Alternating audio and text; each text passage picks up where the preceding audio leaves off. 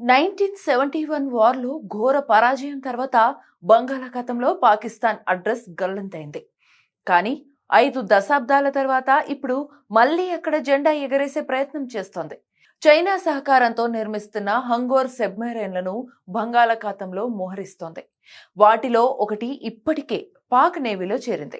మిగిలినవి 2028 నాటికి దశలవారీగా చేరనున్నాయి. పాక్ నౌకాదళ అధికారుల ప్రకారం ఈ కొత్త సామర్థ్యాలతో అరేబియా సముద్రానికి మాత్రమే కాకుండా తూర్పు హిందూ మహాసముద్రం, బంగాళాఖాతం వరకు తమ కార్యకలాపాలను విస్తరించే అవకాశం ఏర్పడుతోంది. ఈ జలంతర్గాముల రాకతో పాక్ నౌకాదళానికి గతంతో పోలిస్తే గణనీయమైన వ్యూహాత్మక ప్రయోజనం లభించవచ్చు.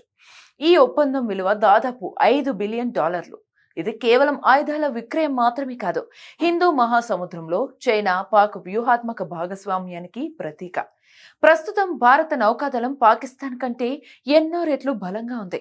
Air craft carriers, nuclear submarines, Scorpion class submarines, long range marine surveillance systems, తూర్పు నౌకాదళ కమాండ్ వంటి అంశాల్లో భారత్కు స్పష్టమైన ఆధిక్యం ఉంది. అయితే పాకిస్తాన్ జలంతర్గాములు బంగాళాఖాతంలో కార్యకలాపాలు నిర్వహించడం వల్ల భారత నౌకాదళం తన తూర్పు తీర భద్రతపై మరింత దృష్టి పెట్టాల్సిన పరిస్థితి ఏర్పడవచ్చు. అందుకే భారత్కు కూడా కొత్త జలాంతర్గాములు కొనుగోలు, దేశీయ నిర్మాణ కార్యక్రమాలను వేగవంతం చేస్తోంది. ఇక బంగాళాఖాతంలో పాక్ తన ఉనికిని పెంచాలంటే బంగ్లాదేశ్తో సంబంధాలు కీలకం కానున్నాయి. షేక్ హసీనా నిష్క్రమణ తర్వాత 2 దేశాల మధ్య సంబంధాలు మెరుగుపడుతున్న సంకేతాలు కనిపిస్తున్నాయి. అయితే బంగాళాఖాతం ఇప్పటికీ భారత ప్రభావం ఎక్కువగా ఉందన్న ప్రాంతంగా పరిగణించబడుతుంది.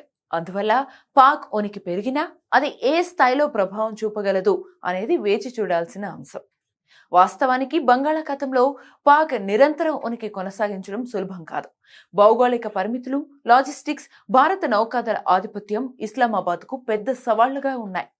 బంగ్లాదేశ్ ఏర్పాటు తర్వాత పాకిస్తాన్కు బంగాళాఖాతంలో ఉన్న వ్యూహాత్మక ప్రాధాన్యం పూర్తిగా దెబ్బతింది.